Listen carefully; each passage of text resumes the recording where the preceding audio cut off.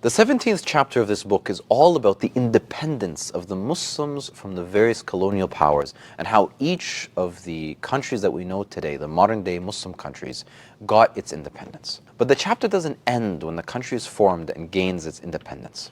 Rather, I will go through the history of each region and each different country and recall its most pivotal and important moments up until the modern era. Then, of course, there's Palestine, which never gained its independence.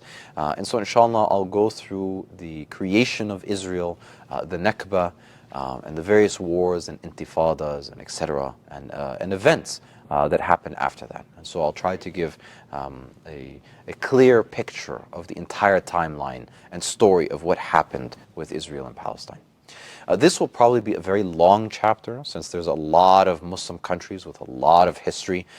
This chapter covers everything from Algeria's independence from France to the formation of Indonesia and Malaysia, from the creation of Pakistan and India out of the Indian subcontinent, and of course from the splitting of East Pakistan from West Pakistan.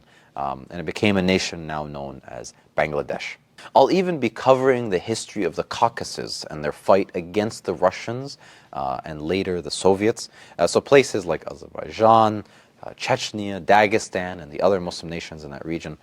There's a lot of history in that region in particular where you'll find some of the greatest heroes in some of the most dire of situations. Then there's the situation in Bosnia, for example, where a whole genocide took place against the Muslims.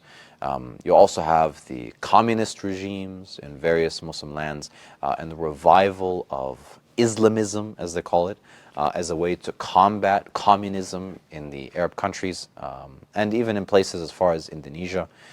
This was part of the global competition between the US and the Soviets, which eventually led up to the US coming out on top. So if you're interested in this book, go to my website and pre-order the book now. I will literally write your name into the book as an honor for you being one of the original backers of this project.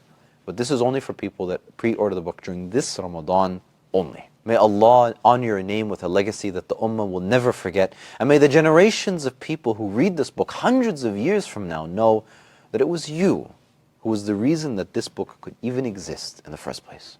Ameen.